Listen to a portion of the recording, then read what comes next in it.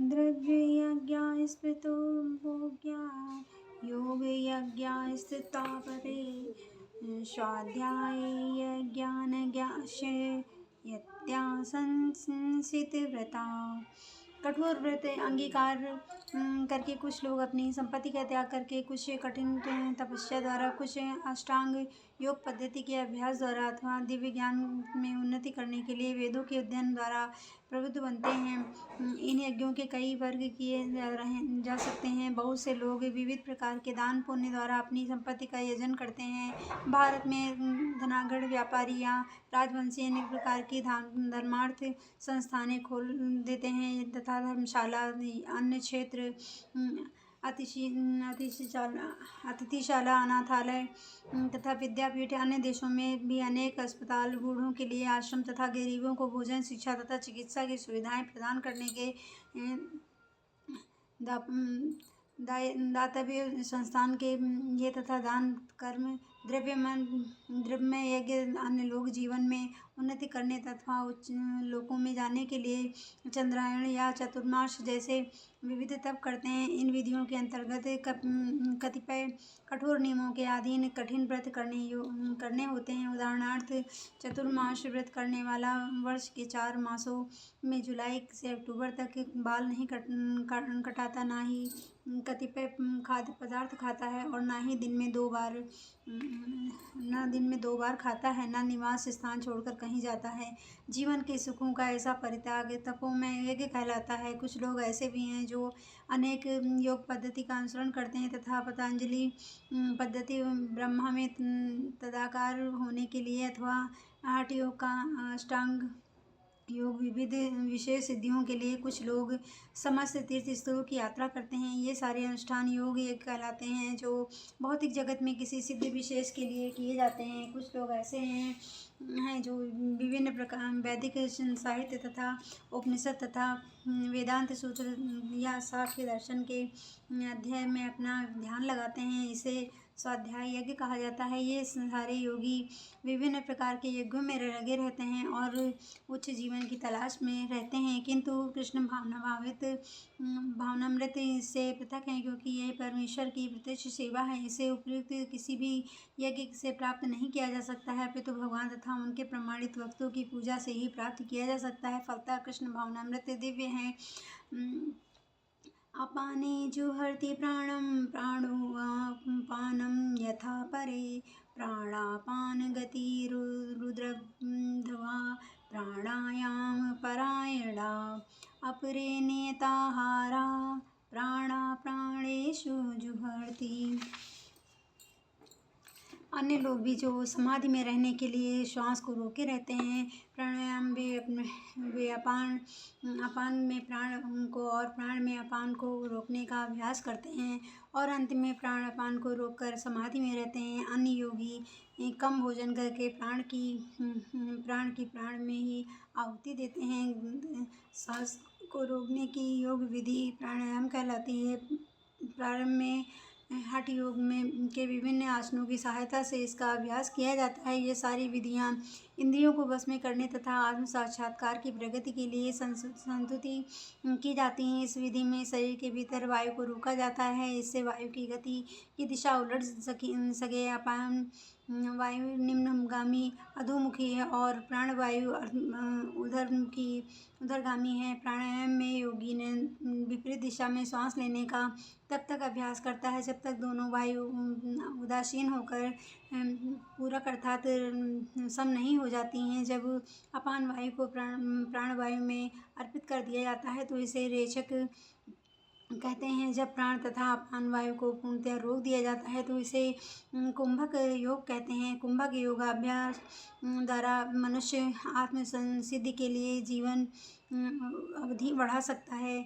बुद्धिमान योगी एक ही जीवन काल में सिद्धि प्राप्त करने का इच्छुक रहता है, वह दूसरे जीवन की प्रतीक्षा नहीं करता है। कुंभक योग के अभ्यास से योगी जीवन अवधि को अनेक वर्षों के लिए बढ़ा सकता है, किंतु भगवान की दिव्य प्रेमा भक्ति में स्थित रहने के कारण कृष्ण भावना भावित मनुष्य सदा इंद्रियों के नेता जितेंद्रिय बन जाता है। उसकी इंद्रियां कृष्ण की सेवा में तत्पर रहने के कारण अन्य किसी कार्य में प्रवृत्त होने का अवसर ही नहीं पाती हैं। फलतः जीवन के अंत में उसे स्वतः भगवान कृष्ण के दिव्य पद पर स्थानांतरित कर दिया जाता है तथा वह दीर्घजीवी बनने का प्रयत्न नहीं करता है। वह तुरंत मोक्ष पद को प्राप्त कर लेता है, जैसा कि भगवद गीता के अध्याय 14 और 26 में कहा गया है। मां चायो भाभिचारेण भक्ति योगेन सेवते सा गुणात्म संप्रीते एतान ब्रह्मा भूयाय कल्पते। जो व्यक्ति भगवान की निश्चल भक्ति में प्रवृत्त होता है, उसकी वह प्रकृति के गुणों को लांघ जाता है और तुरंत आध्यात्मिक पद को प्राप्त होता है। कृष्ण भावना भावित व्यक्ति दिव्य अवस्था में से प्रारंभ करता है और निरंतर उसी चेतना में रहता है, अतः उसका पतन नहीं होता है और अंततः वह भगवत धाम को जाता है। कृष्ण प्रसादम को ही खाते रहने से स्वतः कम खाने की आदत पड़ जाती है। इंद्रिय निगम के मामले में कम भोजन करना अल्पाहार अत्यंत लाभप्रद होता है और इंद्रिय निग्रह के बिना वह भवबंधन से निकल पाना संभव नहीं है। सर्वे अप्येते यज्ञविदो यज्ञक्षतिप कल्मषा यज्ञशिष्टामृतभुजो यान्ति ब्रह्मा सनातनम्। ये सभी यज्ञ करने वाले यज्ञों का अर्थ जानने के कारण पाप पुण्य में से मुक्त हो जाते हैं और यज्ञों के फल रूपी अमृत को चखकर परम दिव्य आकाश की ओर बढ़ते जाते हैं। विभिन्न प्रकार के यज्ञों यथा द्रव्य यज्ञ, स्वाध्याय यज्ञ तथा योग यज्ञ की उपयुक्त व्याख्या से यह देखा जाता है कि इन सबका एक ही उद्देश्य और वह है इंद्रिय का निग्रह। इंद्रिय तृप्ति की भौतिक अस्तित्व का मूल कारण है, अतः जब तक इंद्रिय तृप्ति से भिन्न धरातल पर स्थित न हुआ जाए तब तक सच्चिदानंद के नित्य धरातल तक उठ पाना संभव नहीं है। यह धरातल नित्य आकाश का ब्रह्म आकाश में है। उपयुक्त सारे यज्ञों से संसार के पाप कर्मों से विमल हुआ जा सकता है। जीवन में इस प्रगति से मनुष्य न केवल सुखी और ऐश्वर्यवान बनता है, अपितु अंत में वह निराकार ब्रह्मा के साथ तादात्म्य के द्वारा या श्री कृष्ण भगवान कृष्ण की संगति प्राप्त करके भगवान के शाश्वत धाम को प्राप्त करता है। नयं लोकाशत्यं यज्ञस्य कुन्तो अन्यः कुरु सत्यम्। हे कुरुश्रेष्ठ, जब यज्ञ के बिना मनुष्य इस लोक में या इस जीवन में ही सुखपूर्वक नहीं रह सकता है तो फिर अगले जन्म में कैसे रह सकेगा। मनुष्य इस लोक में चाहे जिस रूप में रहे वह अपने स्वरूप से अनभिज्ञ रहता है। दूसरे शब्दों में भौतिक जगत में हमारा अस्तित्व हमारे पाप पूर्ण जीवन के बहुगुणित फलों से के कारण है। अज्ञान की पाप पूर्ण जीवन का कारण है और पाप पूर्ण जीवन ही इस भौतिक जगत में अस्तित्व का कारण है। मनुष्य जीवन की वह द्वार है जिससे होकर इस बंधन से बाहर निकला जा सकता है। अतः वेद हमें धर्म अर्थ काम तथा मोक्ष का मार्ग दिखाकर बाहर निकालने का अवसर प्रदान करते हैं। धर्म या ऊपर संस्तुति अनेक प्रकार के यज्ञ हमारी आर्थिक समस्या को स्वतः हल कर देते हैं। जनसंख्या में वृद्धि होने पर भी यज्ञ संपन्न करने में हमें प्रचुर भोजन, प्रचुर दूध इत्यादि मिलता रहता है। जब शरीर की आवश्यकता पूर्ण होती रहती है तो इंद्रियों की तुष्टि करने की बारी आती है। अतः वेदों में नियमित इंद्रिय तृप्ति के लिए पवित्र विवाह का विधान है। इस प्रकार मनुष्य भौतिक बंधन से क्रमशः छूटकर उच्च पद की ओर अग्रसर होता है और मुक्त जीवन की पूर्णतया परमेश्वर का सानिध्य प्राप्त करने में है। यह पूर्णतया यज्ञ करके प्राप्त की जाती है, जैसा कि पहले बताया जा चुका है। फिर भी यदि कोई व्यक्ति वेदों के अनुसार यज्ञ करने के लिए तत्पर नहीं रहता है तो वह इस शरीर में सुखी जीवन की कैसे आशा कर सकता है। फिर दूसरे लोक में दूसरे शरीर में सुखी जीवन की आशा तो व्यर्थ ही है। विभिन्न स्वर्गों में भिन्न भिन्न प्रकार की जीवन सुविधाएं हैं। जो लोग यज्ञ करने करने में लगे हैं उनके लिए तो सर्वत्र परम सुख मिलता है, किंतु सर्वश्रेष्ठ सुख वह है जिसे मनुष्य कृष्ण भावनामृत के अभ्यास द्वारा वैकुंठ जाकर प्राप्त करता है। अतः कृष्ण भावना भावित जीवन ही इस भौतिक जगत की समस्त समस्याओं का एकमात्र हल है। एवं बहुविधि यज्ञा वितता ब्राह्मणो मुखे कर्म जान विदित तान् सर्वानेव ज्ञात्वा विमुच्यसे। ये विभिन्न प्रकार के यज्ञ वेद समझते हैं और वे सभी विभिन्न प्रकार के कर्मों को उत्पन्न करते हैं।